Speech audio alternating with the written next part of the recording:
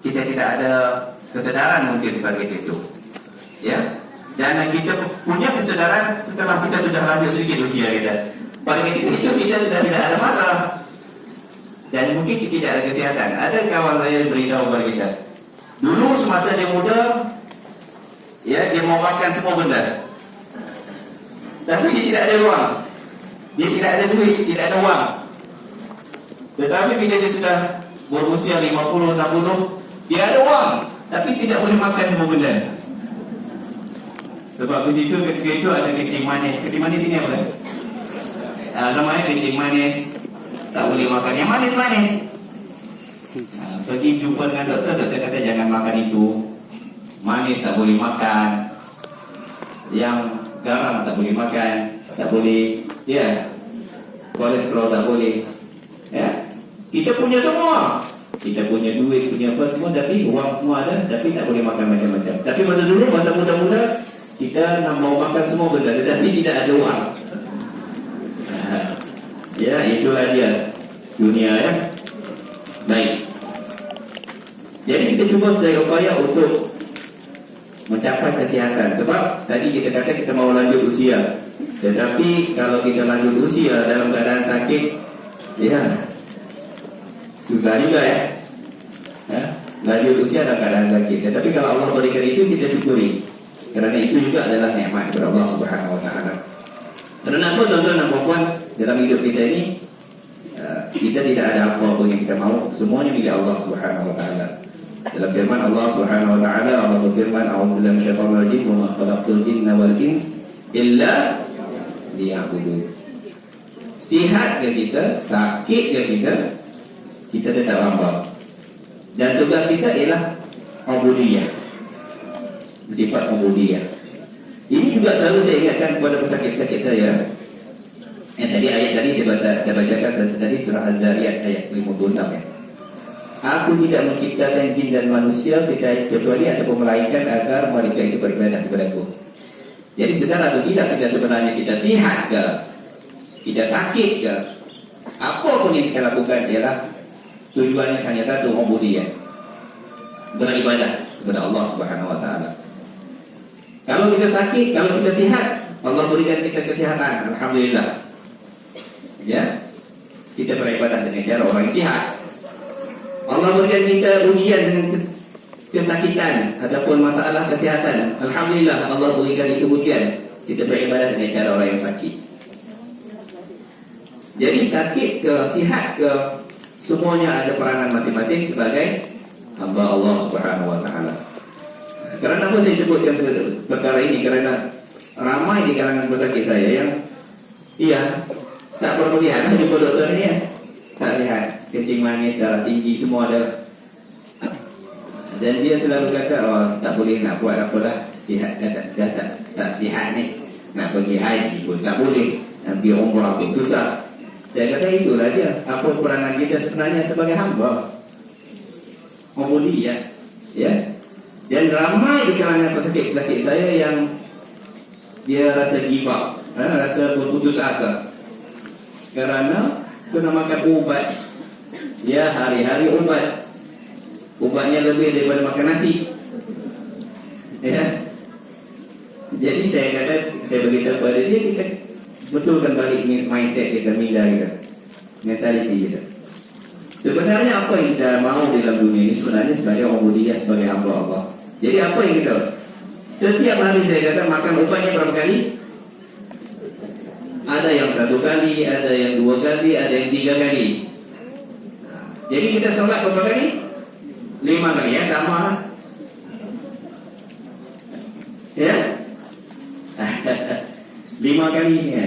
3 kali kita makan ubat. Jadi maksudnya saya kadang-kadang tu saya bagi tahu kepada sakit-sakit saya begini. Kita makan sakit saya pasien. Pasien bahasa Inggeris. Pasien. Bapak makan ubat ikut waktu solat. Waktu subuh makan ubat yang 1 kali. Waktu zuhur 1 kali. Waktu isyak 1 kali. Boleh atau tidak? Boleh. Jadi bapak kalau makan ubatnya, ya, Setiap kali makan ubat perlu dibaca doa. Bukankah itu ibadah, Pak? Ibadah. Kita mau makan, yang memberikan kesihatan kita ialah Allah. Kita makan ubat sebagai ikhtiar. Ikhtiar itu adalah ibadah, karena Allah memberikan kita keupayaan untuk melakukan perkara tersebut. Dia diberikan kepada kita amanah. Allah berfirman dalam Al-Quran, ya, A'udzubillahi minasyaitonir rajim. Wa idh qala rabbuka lil malaikati inni ja'ilun fil ardi khalifah. Jadi khalifah itu siapa? Ya kita. Khalifah ini ialah pemimpin. Pemimpin di atas muka bumi. Tapi bagaimana ya kalau kita mau memimpin dalam keadaan kita sakit ya? Mau pergi perang, mau pergi memimpin, tiba-tiba pingsan. Kerana apa? Tak cukup makan, sebagai contoh. Tak sihat. Jadi sebab itulah kita perlu menjaga kesihatan. Kita adalah penjaga kepada badan kita, jasad kita, amanah yang diberikan oleh Allah Subhanahu Wa Taala kepada kita. Setiap usaha untuk mencari seorang khalifah yang baik, seorang hamba yang baik adalah satu ibadah. Setiap perkara yang kita lakukan untuk memainkan peranan kita, memainkan tanggungjawab kita menjadi seorang hamba yang baik adalah ibadah. Jadi saya seringkali beritahu kepada pasien saya, jadi jangan putus asa, Pak. Setiap hari, malah Bapak ada yang makan ubat kencing manis berapa kali? 2 kali ya? Berapa kali makan ubat kencing manis? 2 kali ya? 2 kali ya? Orang yang sihat tak perlu makan ubat. Betul? Nah, jadi dia tidak ada peluang untuk beribadah 2 kali, Pak. Yang makan ubat 3 kali, Bapak makan ubat 3 kali, Pak. Orang yang sihat tidak ada peluang untuk beribadah 3 kali, Pak. Dia sudah lupa bahawa dia sihat. Jadi dibacakan ayat hadis tadi ya. Ni'matani maghbudun fihi ma katsiratun minan nas, ka'anna katsirun minan nas. Dia sihat, maka dia lupa bahawa dia sihat itu ialah dia perlu beribadah. Tapi kebanyakan orang yang sakit, dia baru teringat, oh dia sebenarnya perlu, dia lupa nikmat tadi itu. Ya, jadi dia pun ada peluang untuk beribadah 3 kali dengan cara 3 kali makan ubat, Pak. Nah, jadi itu yang perlu ada dalam kita punya mentality mindset ya kan. Kerana kita semua adalah hamba. Kita adalah hamba. Baik. Sebenarnya tuan-tuan dan puan-puan, ya tadi Ustaz Beta ada sebutkan kepada kita apa pengalaman Malaysia, jiran tangga kita untuk penjagaan kesihatan. Ya sama saja. Di sana kencing manis pun sama, di sini pun ada sama juga. Makan gula lebih di sana, kencing manis di sini pun sama. Ya. Kalau temperature suhu badan 38 degree Celsius ya, darjah Celsius 38. Ya di sini demam, di sana pun demam juga. Jadi sama. Cumanya bagaimana kita menyesuaikan diri dan mentaliti kita, mindset kita untuk menghadapi sebuah cabaran-cabaran ini. Kerana Tuhan jadikan kita dengan cabaran, dengan ujian. Allah mau tunjukkan kepada kita, mau buktikan kepada kita siapakah kita sebenarnya. Adakah kita seorang yang bersyukur? Adakah kita seorang hambanya yang benar-benar memahami peranan dan fungsi kita sebagai hamba atau tidak? Ya, terima kasih. Iklan. Kerana kita sebenarnya Allah Subhanahu wa taala berikan kita ujian. Kesehatan adalah ujian, kesakitan adalah ujian, kelapangan adalah ujian, dan selalunya kita gagal kerana ujian-ujian tersebut. Ya. Jadi kebanyakan kita, kalau kita menghadapi ujian kesakitan, tidak sihat sedikit, kita sudah rasa tidak selesa, kita sudah mula merungut kepada Allah. Allah, hari ini aku sakit pula. Ya? Allah, aku ni hari ini dah sakit, dah sihat pula. Tapi sebenarnya itu adalah ujian. Jadi sekarang kita perlu berfikir dengan cara yang berbeza, konteks yang berbeza. Makan ubat adalah ibadah. Ya. Nah, Tapi jangan tunggu mau makan ubat saja. Sebab pencegahan menurut Ibnu Qayyim Al-Jauziyah yang juga selari dengan perubatan modern. Pencegahan ada dua. Pencegahan daripada timbulnya penyakit, itu yang pertama. Yang kedua, pencegahan daripada banyaknya penyakit ataupun bertambahnya penyakit. Ya, mula-mula kita dapat, ini sama, di Malaysia pun sama ya. Mula-mula kita dapat masalah obesiti. Ya, obesiti ini banyaklah. Malaysia adalah negara yang obesiti ketemukan. Obesitas ya.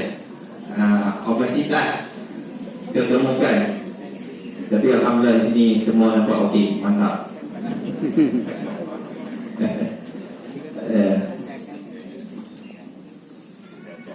Ketemukan ya.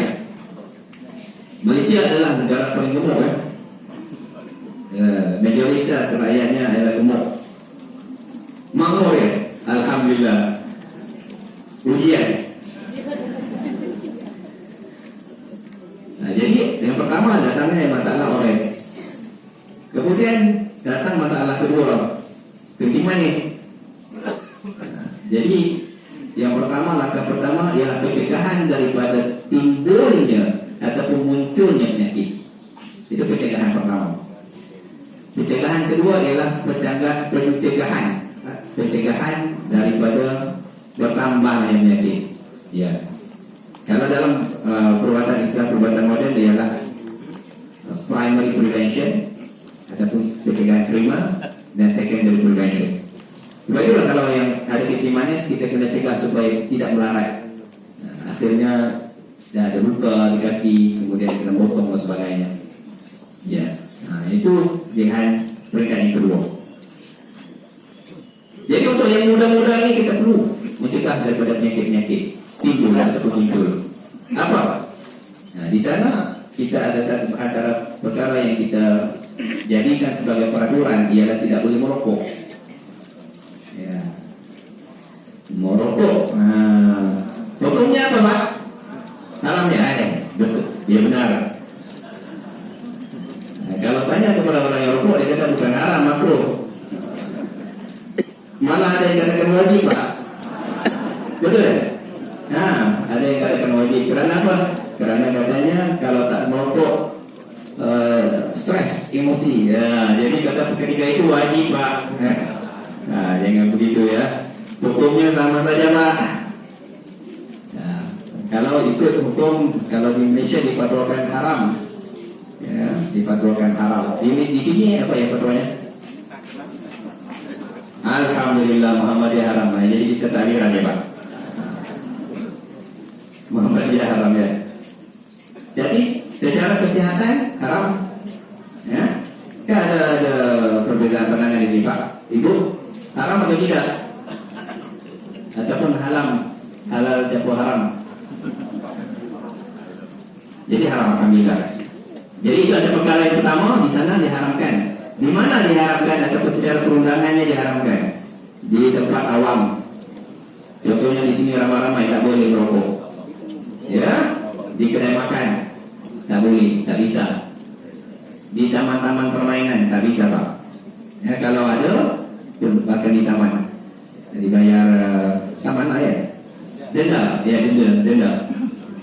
Itu ada perkara yang berbeza lah sini dan mungkin lah. Berapa ringgit? Ya berapa ya? Saya pun tak pernah kena denda. Alhamdulillah saya tak merokok. Nanti kalau saya tahu nanti orang kata saya merokok. Jadi alhamdulillah di sana antara perbezaannya mungkin ya. Jadi Muhammadiyah mungkin boleh bicara dengan sama pemerintah untuk diharamkan. Itu yang pertama. Yang kedua kita menetapkan ya ada excise ataupun cukai untuk gula. Gula di sana dibayar cukai. Kalau gulanya lebih kena bayar lebih, gitu. Ya. Dan ada perkara-perkara lain yang boleh kita buat. Contohnya Jemaah kita perlu bicara tentang kesihatan. Kesehatannya bagaimana? Kesehatan mungkin perlu dibanyakan perkara-perkara aktiviti fizikal, ya, senaman dan sebagainya. Kempen-kempen begini perlu dibanyakan. Saya dipahamkan di sini banyak yang berlaku antara perkara yang dimulakan selalunya ialah di peringkat masyarakat, di peringkat rakyat dimulakan. Jadi aslinya diangkat sebagai satu perundangan di peringkat nasional dan sebagainya. Itu perlu digerakkan, ya. Perlu digerakkan. Sama juga di sana pun kita lakukan perkara yang sama. Jemaah kita perlu aktifkan, ya. Nah, kalau kita mau berbicara tentang kesehatan, nah di sini kita perlu mulanya. Kesehatan permulanya di sini, ya. Perlu bicara tentang haramnya rokok. Kenapa haram rokok? Perlu bicara tentang bagaimana kita nak hidup secara hidup aktif fizikalnya, ya. Baik. Jadi kalau kita sudah dapat penyakit, saya sebutkan sudah tadi, bila kita sudah dapat penyakit, apa yang perlu kita buat? Yang pertama bersabar. Bapak Ibu, ada pendapat ulama berbeza di sini, ya. Saya bukan ustaz, tapi saya tahu sedikit banyak tentang perkara ini, ya. Apabila ditanya tentang kalau saya sakit, apa yang saya kena buat? Adakah saya bersabar ataupun saya perlu merawat? Ya. Dua-dua itu perkara yang betul. Kalau saya sakit, apa yang saya perlu buat? Saya bersabar ataupun saya perlu merawat? Kerana ada di kalangan ulama juga yang berpendapat bahawa yang paling utama ialah bersabarlah. Ya, betul lah. Kita tak boleh merumut, ya. Bersabar itu, ya. Cuma apa tidak akan lanjut? Adakah perlu terus bersabar? Kerana ada yang mengatakan bahawa kalau aku sakit, sabar sajalah. Ya. Tak perlu pergi ambil ubat, tak perlu merawat, tak perlu bersabarlah. Kerana Allah berikan saya ujian. Nah, jadi itu satu ekstrim. Pemikiran yang agak ekstrim. Dalam satu hadis Rasulullah SAW ditanya ke perkara tersebut, ya. Ya. Apakah yang lebih utama? Bersabar? Bersabar teruslah. Maksudnya bersabar, tak perlu ambil rawatan ataupun perlu mendapatkan rawatan. Jawabannya ialah perlu mendapatkan rawatan. Ya, kerana peranan kita sebagai khalifah, mana bisa kita memainkan peranan kita sebagai khalifah dalam keadaan kita sakit. Ya. Jadi yang pertama ialah perlu mendapatkan rawatan. Dan pada masa yang sama kita perlu bersabar. Sudah pasti, ya, kita perlu bersabar.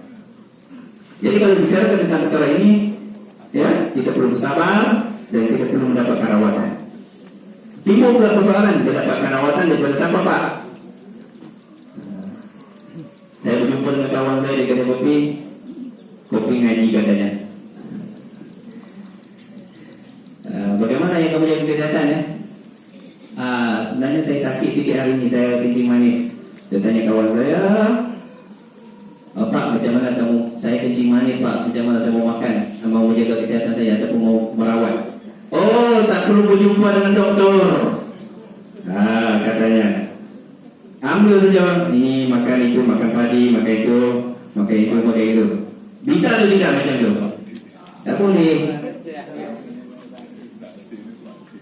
Dalam Islam kita perlu mencari jawaban daripada ahlinya.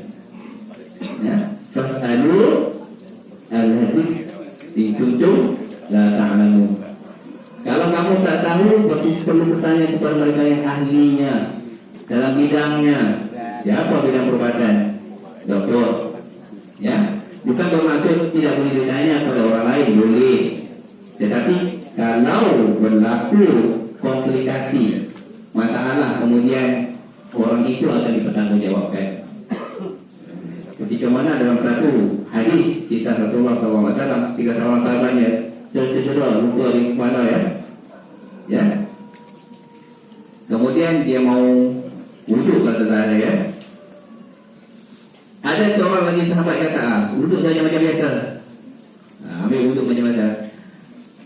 Tiba-tiba sahabat tersebut meninggal dunia kerana komplikasi masalah kesihatan tersebut. Dapatlah maklumat itu kepada Rasulullah. Rasulullah marah sangat. Rasulullah sangat marah kerana Rasulullah bersabda, kamu telah membunuhnya. Ya, maksudnya kalau kita kawan-kawan kita, sahabat-sahabat kita yang bertanya tentang kesihatan bagi kita, kalau kita tahu boleh beritahu. Tetapi kalau kita tak tahu, dan lebih afdalnya ialah kita bertanya kepada doktor ataupun perawat, ya. Jadi di sini akan muncul pula perawat yang bagaimana, ya, perawat tradisional ke, perawat Islam ke, ataupun perawat moden ke, sebagainya. Itu saya terpulanglah kepada bapak-bapak, ibu-ibu mau bingung bagaimana. Tetapi yang pasti dalam hadis yang jelas, kalau kamu memberikan nasihat, kamu perlu tahu perkara tersebut. Jangan pandai-pandai buat keputusan sendiri, ya. Karena kalau ada apa-apa yang berlaku pada dia, kamulah sebenarnya yang dipertanggungjawabkan. Bukan secara di dunia, bahkan di akhirat Allah akan tanya kepada kamu. Ya, baiklah tuan-tuan dan puan-puan, dapatkan maklumat yang betul daripada doktor. Antara apa yang kita boleh lakukan di sini ialah yang pertama, tipsnya untuk menjaga kesehatan. Yang pertama, segala penyakit kebanyakannya datang dari perut. Itu pun ada dalam Islam pun ada katakan begitu. Pelbagai penyakit datangnya dari perut. Datangnya kencing manis pun daripada perut. Karena makan gula banyak, ya, manis, ya. Kata di sana, lebihkan manis pada senyuman, kurangkan manis pada makanan.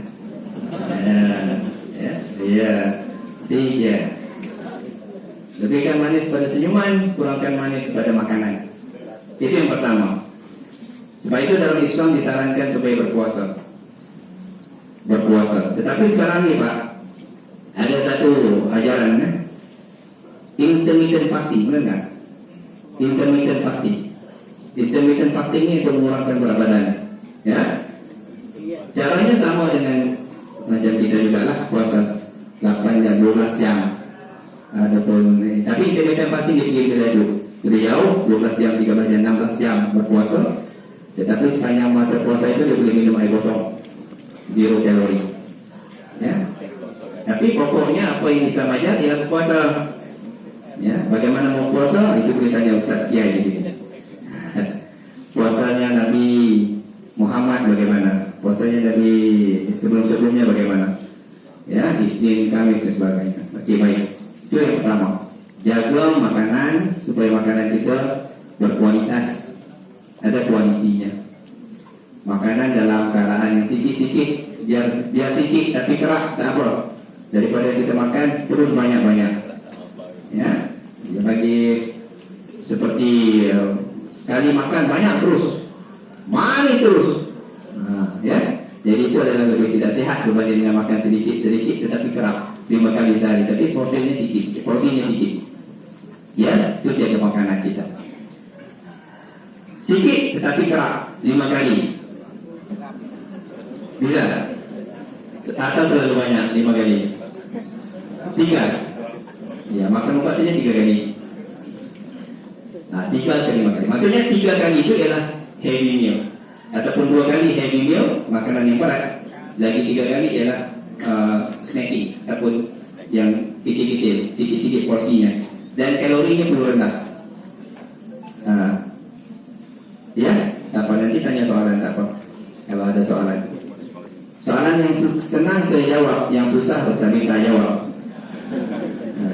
Soalan yang senang Pak Ibu saya jawab, yang sukar Ustaz minta yang jawab. Baik, yang kedua ialah lebihkan aktiviti fizikal. Ini mungkin kita boleh buat dengan jemaah. Aktiviti fizikal bagaimana? 30 minit sekurang-kurangnya 3 kali seminggu. Olahraga, iya. Kita perlu buat, mungkin kita ambil sawah padi lepas, ya. Olahraga maksudnya bersukan.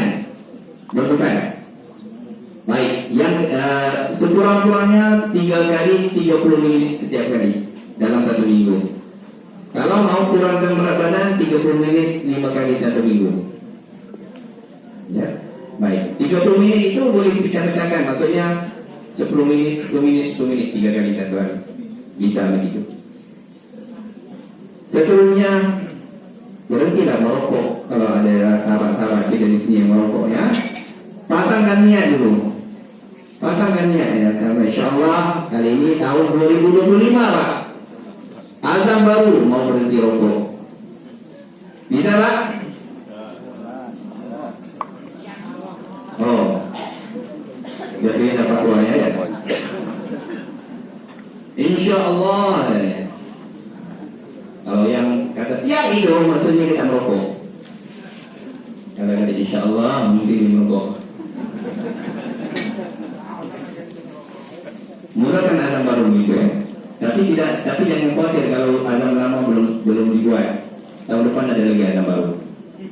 Baik, berhenti merokok. Jika ada alkohol, berhenti merokok, beralkohol dengan alkohol. Dan sentiasa berpikir politik.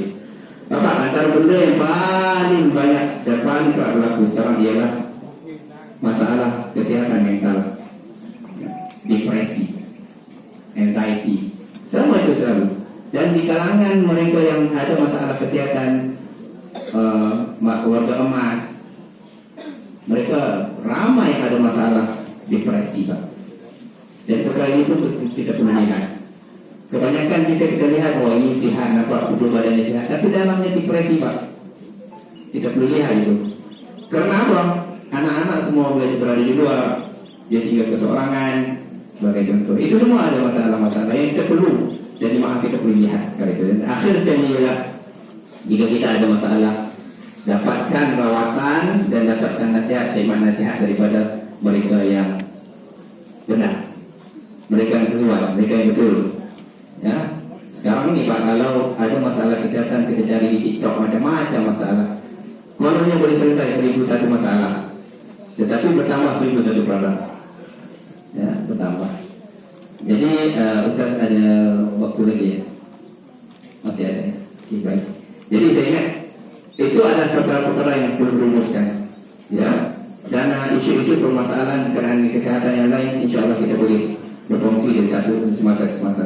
Pokoknya pencegahan pertama ialah pencegahan daripada timbulnya sebarang masalah kesehatan, penyakit. Dan pencegahan yang kedua ialah pencegahan daripada bertambahnya penyakit. Ya, yang mana? Dan segala masalah bermula daripada perut. Insya Allah kita sama-sama usahakan Pak. Ya, saya pun ada masalah juga, obesiti ya. Belum lagi obes, tetapi sudah lebih berat badan Pak. Kenapa kita berada di Indonesia Pak? Kalau kita tidak kurus Pak, kita minoriti.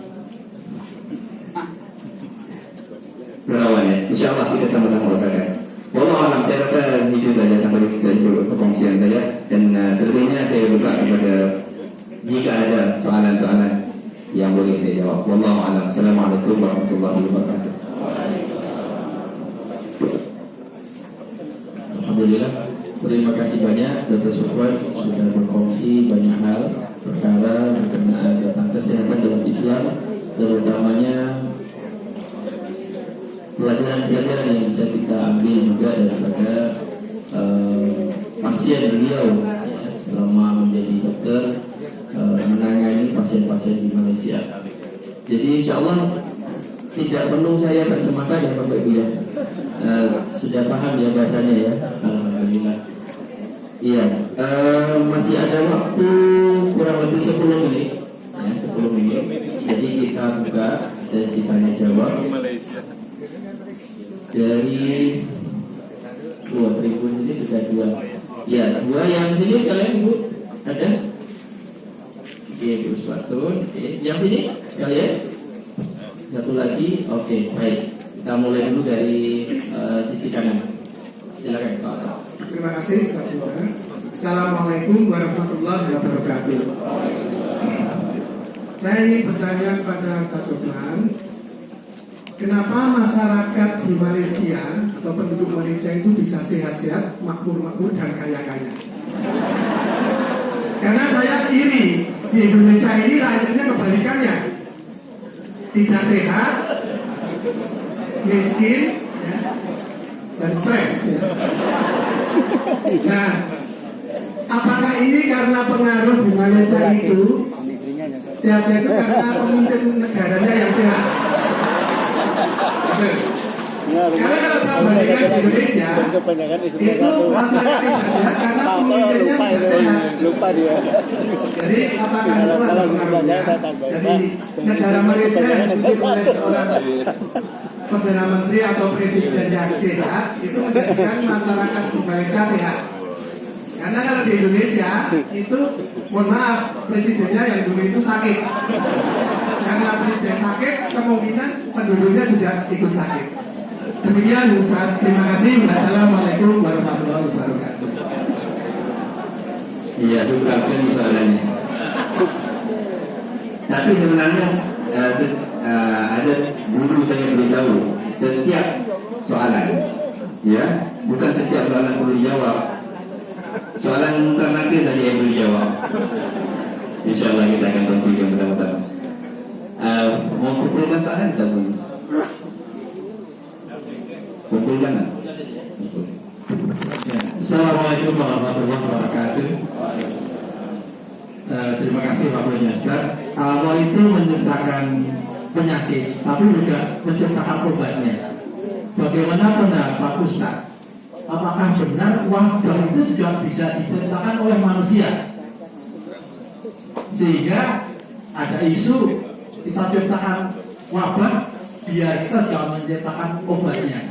Gitu. Bagaimana pendapat Ustaz terkait dengan wabah yang diciptakan oleh manusia? Terima kasih. Assalamualaikum warahmatullahi wabarakatuh. Itu bicara COVID ya. COVID ya. Apapun lah, wabak lah. Silakan lanjut. Dua dulu baik. Nah, dua soalan sukar ya. Susah betul mau jawab macam mana ya. Kalau saya jawab silap ni saya tak balik Malaysia ni. InsyaAllah. Apa-apa beginilah. Pokoknya ialah kesihatan itu secara realitasnya ataupun realitinya kita tidak boleh bicara. Kita tidak ada data yang mengatakan Malaysia lebih ialah dari segi statistiknya mengatakan begitulah ya. Mungkin, tapi saya kongsikan sebenarnya ni obesiti di kalangan Malaysia lebih banyak daripada Indonesia Pak. Jadi maksudnya di situ bukan tanda sihat.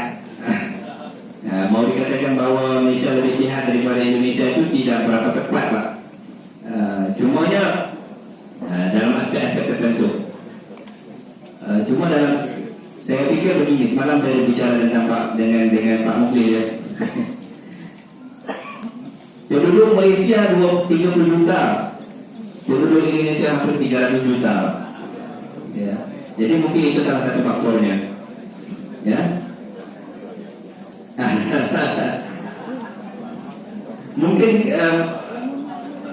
Mungkin juga kerana polisi. Saya tidak boleh kata kerana pemimpin, kerana dalam konteks kita sebagai governance ya, kebijakan pemimpin membentuk satu-satu peraturan ataupun perundangan itu ada mainkan peranan juga. Ya. Dan juga tidak semestinya Malaysia itu baik ya Pak. Nah, jadi di Malaysia pun ada isu-isunya. Nah, di sini pun ada isu-isunya biasa Pak. Jadi yang pentingnya ialah gerakan itu berbulan bergerakan rakyat, gerakan massa. Ya, kesihatan, pemahaman tentang satu isu.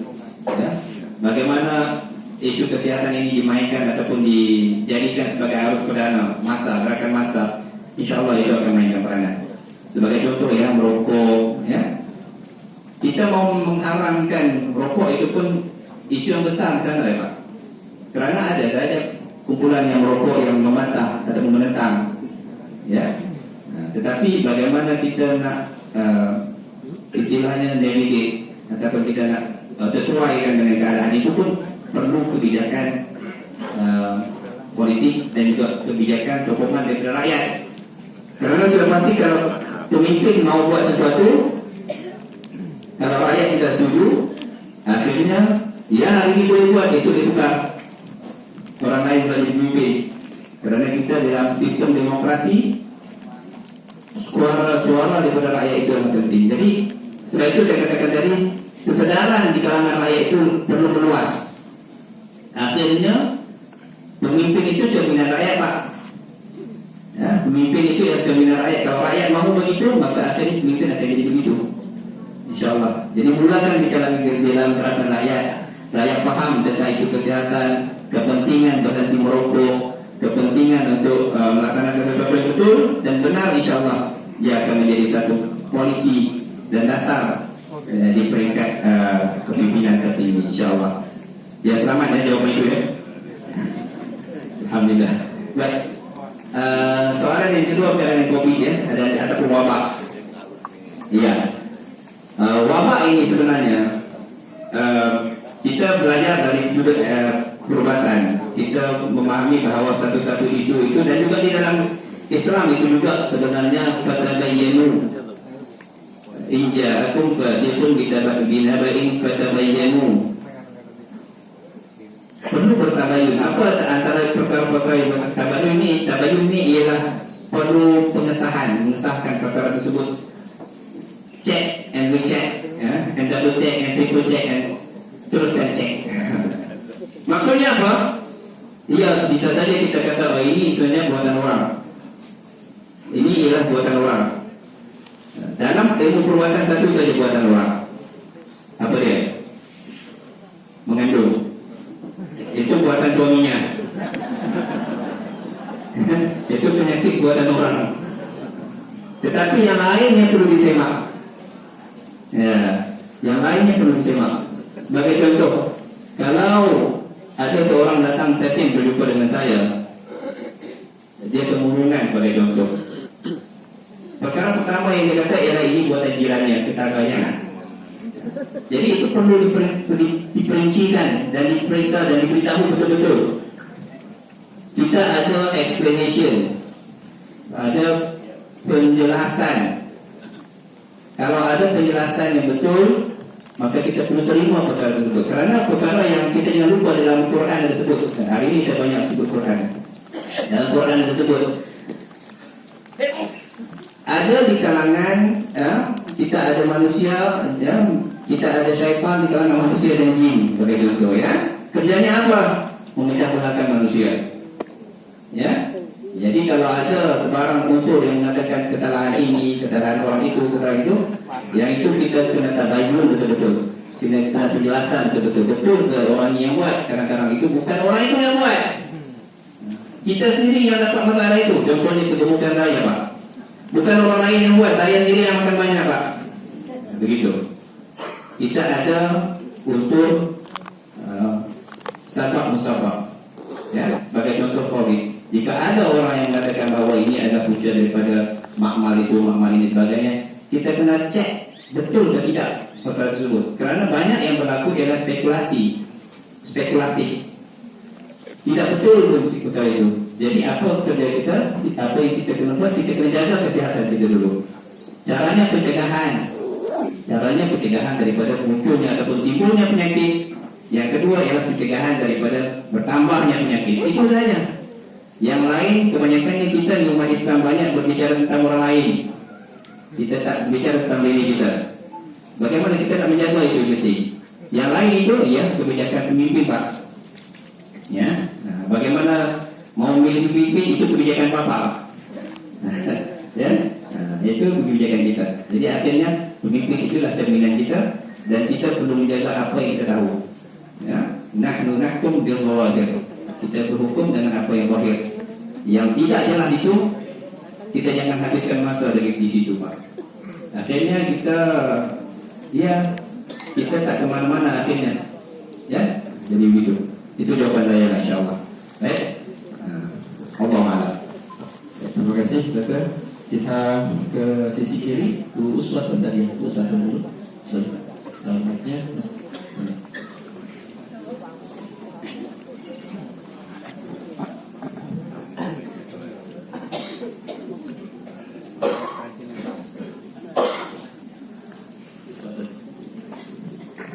Assalamualaikum warahmatullahi wabarakatuh.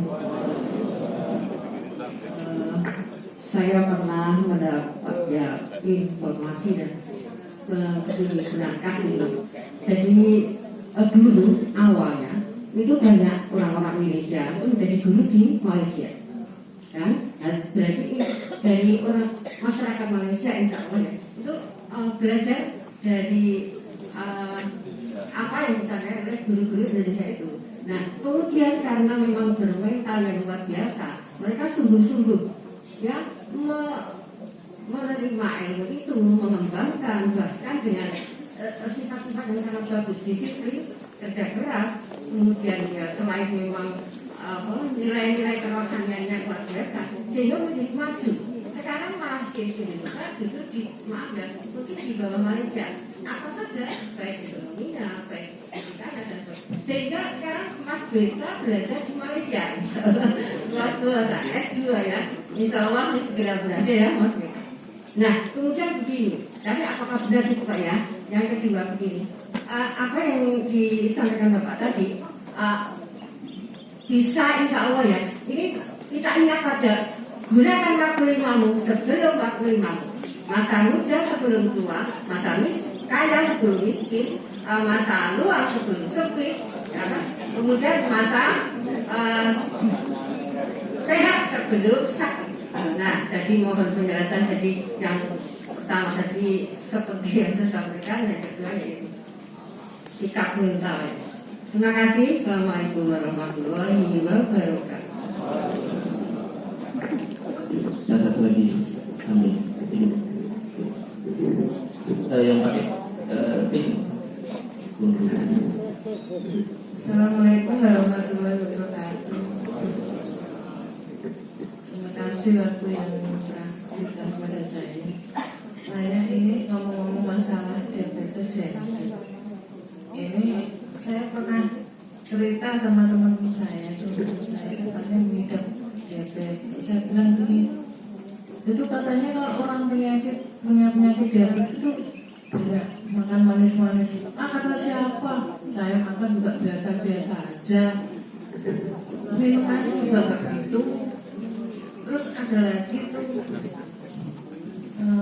anaknya misalnya adik saya itu baru kelas 2 SMP meninggal karena diabetes. Terus saya bilang, apakah kemungkinan itu dari faktor keturunan? Apakah jawaban saya ini benar? Terima kasih. Baik, soalan yang baik ya, alhamdulillah. Yang pertama ini berkaitan dengan ya soalan yang sama ya. Malaysia dan Indonesia ya. Baik, bagaimana ya saya mau jawab? Malaysia pernah belajar dari Indonesia, Pak. Ibu. Malaysia pernah belajar daripada Indonesia. Bahkan pada satu ketika dahulu di Malaysia kita menggunakan tenaga pengajar daripada Indonesia. Ramai sekali. Ya, sekitar kalau tak salah saya 70-an begitu. Bahkan saya lecturer saya, dosen, pensyarah saya di UIA, saya dulu belajar di UIA, juga ramai dari Indonesia. Antaranya Pak Nasarudin. Pak Nasarudin itu ialah immunologis. Ya, bukan Pak Nasarudin Indonesia, tapi dia belajar di Gajah Mada, Universitas Gajah Mada. Dan ramai sekali yang belajar di Universitas Gajah Mada, yang mereka menjadi pensyarah dosen saya di UIA. Ya, jadi maksudnya apa? Maksudnya Malaysia pernah belajar daripada Indonesia. Dan sekarang pun ramai lagi sebenarnya yang pensyarah-pensyarah Indonesia yang mengajar di UIA, di banyak universitas-universitas di Malaysia. Bahkan kalau dikatakan bahawa Malaysia lebih baik di sini, saya tidak bersetuju sepenuhnya. Ya, kerana di Indonesia universitasnya banyak sekali, betul? Di Muhammadiyah saja ada berapa universitas? Ya, berapa? Universiti 100 sekolah, 170 universitas. Maksudnya apa? Hebat-hebat orang Indonesia ini sebenarnya. Ya, nah itu dulu. Kemudian bagaimana seterusnya itu kita lah sendiri yang menentukan. Dan jangan kita lupa bahawa gerakan ilmu itu bermula daripada gerakan massa, gerakan rakyat. Berbeza di Malaysia kebanyakannya top down.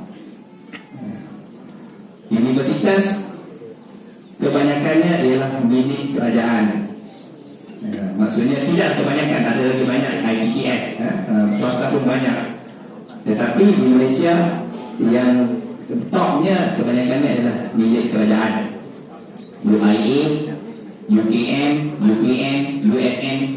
Jadi di sana semua ada M dekat belakang, maksudnya Malaysia. Universiti Kebangsaan Malaysia, Muhammadiyah ya. Di sini M juga Muhammadiyah.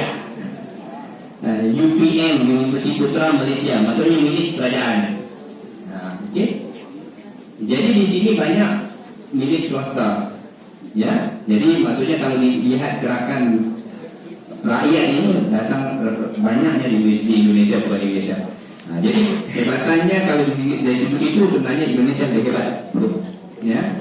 Tetapi kalau ikut dari segi satu lagi ya, saya katakan tadi penduduk Malaysia 30 juta, penduduk Indonesia adalah 300 juta.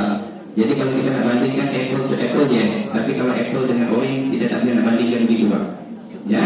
Jadi dan juga dari aspek kekayaan, kita tidak lagi bicara tentang kekayaan, kita berbicara tentang kesejahteraan.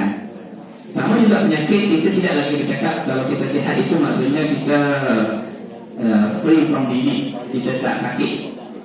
Tetapi sekarang lebih jauh lagi kita bicara tentang kesihatan itu ialah well-being, kesejahteraan, kesejahteraan mental, kesejahteraan dari segi keuangan.